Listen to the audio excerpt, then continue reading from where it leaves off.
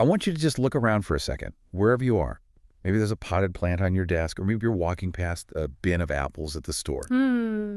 Seems simple enough, right? Yeah. It's just nature, it's biology, stuff that grows. Photosynthesis, a little water, sunlight, the basics we all learned in school. Exactly. But what if you could peel back the layers on that apple? I mean, go past the skin, past the flesh, right down into its DNA. You might find something that doesn't feel like nature at all. You might find a lawyer. Or a patent number. And that gets us to this question that sounds really simple at first, but gets weirder and weirder the more you think about it. Can you own a plant? And not just, the physical one in the pot. No, not at all. Can you own the idea of that plant? Like, can you own a whole variety of corn the same way that Apple owns the iPhone? We're definitely wading into the deep end of intellectual property today, specifically something called plant variety protection, or PVP. That sounds incredibly dry, I know. It does, but and I'm not exaggerating, it's one of the most intense battlegrounds in the global economy right now. It really is the legal field where the future of our feed is being decided. So, to ground all this theory, we're going to look at a very real place. We've got a stack of documents here, legal texts, reports, trade agreements, and they all focus on one country. The Republic of Zambia. And Zambia is just a fascinating case study because it's standing at this legal crossroads.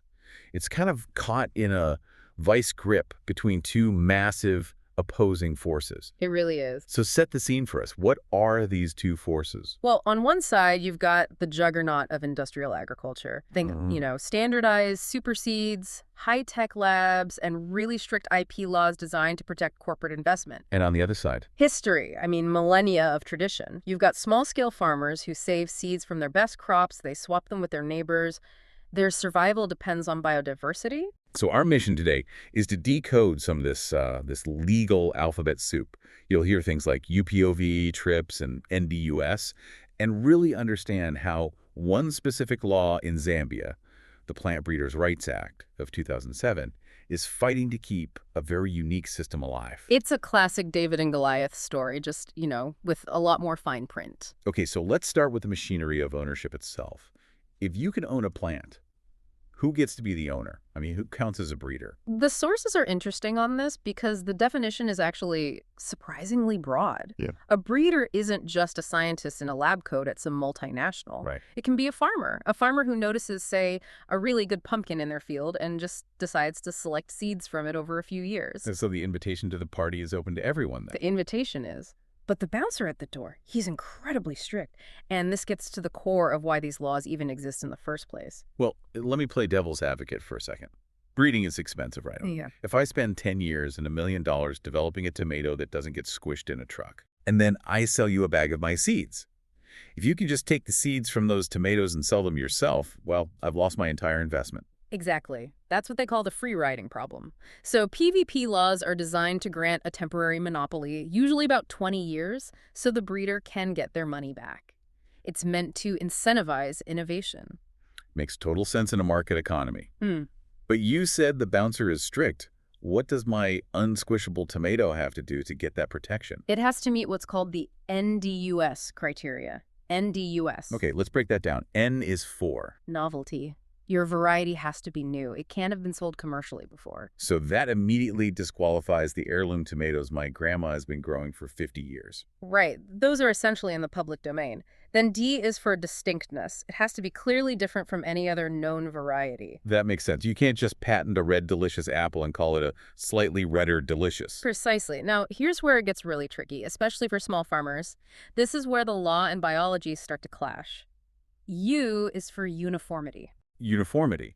So they all have to look the same. Exactly the same. If you plant a field of this seed, every plant has to have the same height, the same flowering time, the same fruit size, everything. I can see why a chip factory would want that. They need every potato to fit perfectly into the slicer. It's an industrial dream.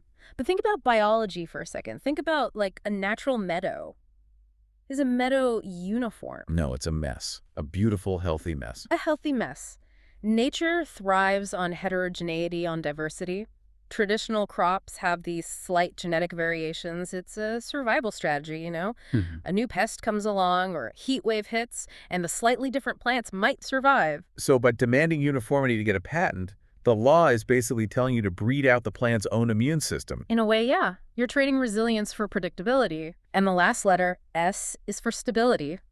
The variety has to stay the same generation after generation. It can't evolve. It has to be a static product. But farmers' varieties are dynamic. They adapt to local conditions year after year. So these legal criteria, they're just inherently biased against the way nature and traditional farming actually work. That's a huge conflict. The law wants a widget. The land wants a living thing. You put that perfectly. And this whole conflict gets written into law by an organization called UPOV. UPOV, the International Union for the Protection of New Varieties of Plants. That sounds very official. Oh, it is. It's the club that sets the global rules. But here's the twist. The rules have changed, and not in the farmer's favor. Okay, walk us through that. Because you normally assume laws get better over time, right? You would think. Well, back in 1978, UPOV was, let's call it relaxed. The 78 Convention gave breeders their rights, but it had this huge exception for farmers. It basically allowed them to save seeds from their harvest to replant. A kind of live and let live system. Totally. But then came the biotech boom, a huge push for stronger corporate IP. And in 1991, UPOV updated its rules. UPOV 1991 is the Iron Fist. What makes it so much tougher? It completely flips the script. Under UPOV 91, saving seeds is considered illegal unless a government carves out a very specific, very narrow exception. Oh, wow. And even then, it usually only applies to small farmers on their own land. You definitely can't do what you've always done, which is swap seeds with your neighbors. Wait, hold on. So if I buy a bag of protected seed, I grow it, and then I trade a bucket of that harvest with my neighbor for some of his beans. Under UPOV 91, that's IP infringement. It could be, yes. It basically criminalizes the bedrock of rural society. And it gets worse. UPOV 91 also introduced this concept called essentially derived varieties, EDVs. EDVs. That sounds complicated. Just think of it like a music remix. So you buy a commercial seed, you plant it, but you notice it struggles a bit in your soil. Okay. So over 5 years, you carefully select the best plants. You breed your own version that's perfect for your local climate. It's distinct. It's technically new. I've innovated. I should own that remix. You'd think so.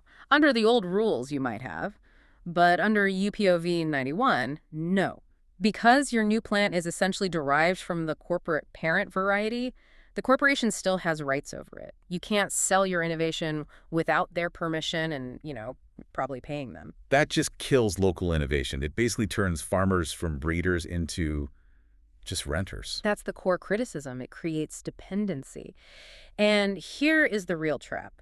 If a country like Zambia wants to join UPOV today, they're not allowed to sign the old friendly 1978 version. That door is closed. It's closed. They must sign the strict 1991 agreement. It's like a forced software update. You can't stick with the old OS that worked fine for you. You have to take the new one that drains your battery and tracks your data. That is a perfect analogy. And for a country like Zambia, where something like 70% of people depend on agriculture, that upgrade could be a disaster. So did Zambia sign it? Are they locked into this? And this is where the story gets really good. No, they did not sign. They found an escape hatch.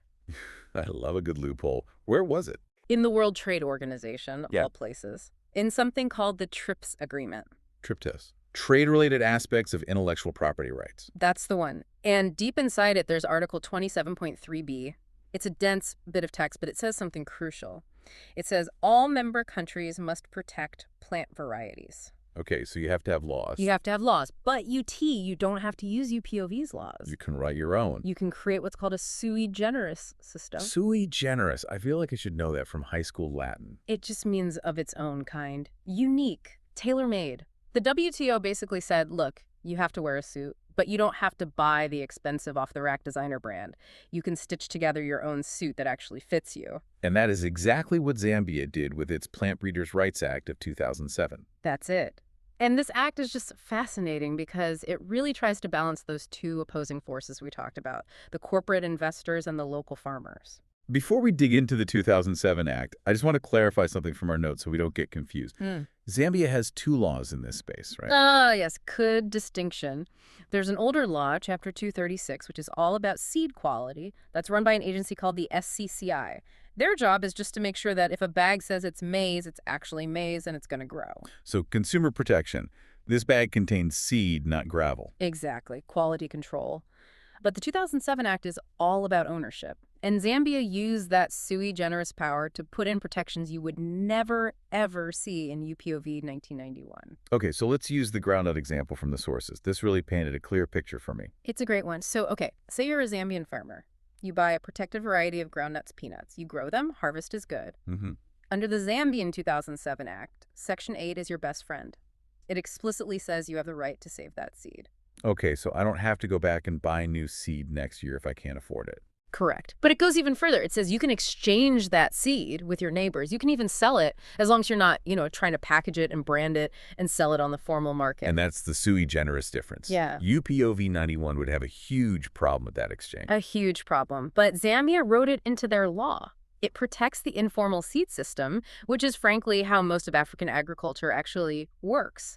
But the act has other teeth, too. It has a compulsory license provision. That sounds aggressive. It's a public safety valve. Imagine there's a serious drought, and some breeder holds the patent for a super drought-resistant type of cassava, but for whatever reason, they refuse to sell it in Zambia, or they're charging a fortune for it. So people are literally facing starvation, and the solution is locked behind a patent. Exactly. Under the 2007 Act, the Zambian government can step in and say, nope, we're issuing a compulsory license. They can force the breeder to license the variety to others to produce and distribute. They pay a fair fee, of course, but they can do it. Wow. So food security trumps intellectual property rights. In Zambia's law, it does. And there's one more feature that drives the big seed companies crazy. It's called disclosure of origin. And this is to stop what they call biopiracy. It tries to. And to get why this is so important, we have to talk about the turkey carrot. I was hoping we'd get to the turkey carrot. This story is just wild. It is a classic cautionary tale. Yeah. So we all think of carrots as orange, right? That's actually a Dutch invention. For most of history, carrots were often purple. Purple carrots, okay. Yep. And recently, science figured out these purple carrots are full of antioxidants, super healthy. So a huge seed corporation, Semenys, which is part of Monsanto, went looking for them. And they found them being grown by traditional farmers in Turkey. Farmers who had been growing them for generations, I assume? For centuries. The corporation took the seeds, did some selecting to make them uniform, and then patented the result in the US and Europe, made a fortune selling health carrots. And let me guess. The Turkish farmers who kept that purple carrot alive for 500 years got what? Nothing. Zero. No royalties, no recognition. Because under UPOV rules, the corporation added uniformity and stability, so they got to claim they invented it. That feels like theft. You're stealing the genetic heritage of a whole culture. That's exactly what activists call biopiracy. Now, contrast that with Zambia's 2007 Act. It requires disclosure of origin. So if that same company came to Zambia to patent a plant, the application would ask, so where'd you get the genetic material? You have to show your receipts. You have to admit if you started with the local Zambian plant, and if you did, the law implies there has to be some kind of benefit sharing. You can't just take it. Okay, so Zambia has this incredible shield. They've built this custom suit of armor to protect their farmers, their biodiversity. But there's a plot twist in the sources, isn't there? They might be taking the armor off. That is the crisis right now. There is major pressure today to amend that 2007 Act or just repeal it and replace it with a law that falls in line with UPOV 1991. But why? If the law is so good for the people, who on earth wants to scrap it? It comes down to economics. And the stakeholders here aren't, mustache-twirling villains. They just have very different priorities. You have the SECI, the Seed Quality Agency, and the big commercial seed sector pushing for the change. What's their argument? They can't just be saying, we want to hurt farmers. No, of course not. Their argument is all about trade and exports. They say that because Zambia isn't in the UPOV 91 big club, international breeders are afraid to bring their newest, best varieties into the country. So the argument is we're stuck with old tech. That's the claim. And they're looking specifically at the export market for things like cut flowers or exotic vegetables. If Zambia wants to sell roses to the EU, the industry argues it has to play by the EU's IP rules. So it's a trade-off. Yeah. Give up some of these farmer protections in exchange for access to global markets and foreign investment. That is the promise. But the opposition groups like the Zambian Alliance for Agroecology and Biodiversity, or ZAB, they say it's a Trojan horse. Because once you switch to UPOV 1991, there's no going back. ZAB is arguing that if you align with UPOV, those explicit farmers' rights to save and exchange seed just vanish. The disclosure of origin requirement. That's probably gone too, because UPOV doesn't support it. You effectively criminalize the way most of your population makes a living. It really sounds like a clash between two completely different visions for the future. One is, high-tech, industrial, export-focused, but maybe very fragile for the little guy. Right, and the other future is more local, more resilient, more sovereign, but maybe slower to integrate into that global market. That really is the heart of this entire deep dive. It's not just about some dry legal text. It's about who controls the food supply. If the law forces everyone to grow the same identical supercorn, and then a new disease comes along that targets that one corn. We've seen this play out before. The Irish potato famine, monocultures are incredibly dangerous. And with climate change, we need that biodiversity more than ever. We need those weird, non-uniform crops that might be able to handle a sudden flood or a drought. Exactly. So if Zambia makes this switch, they might get better flour exports, sure, but they risk losing the very genetic diversity they need to survive the next century. That's the risk. And that's why this is being fought so hard in Lusaka right now. It completely changes how you look at a simple seed. It's not just a biological thing, it's a political thing. Totally. So where does this leave us? For the listener who's just driving to work or doing the dishes, why does a law in Zambia matter to them? It matters because this isn't just happening in Zambia. This pressure for uniformity, for corporate ownership, it's global, and it directly impacts what ends up in your supermarket. That's why all the tomatoes look perfect but taste like cardboard. Right. And it leads to this final thought I have on the word effective. The international community, the WTO, the World Bank, they're always pushing countries to have an effective IP system.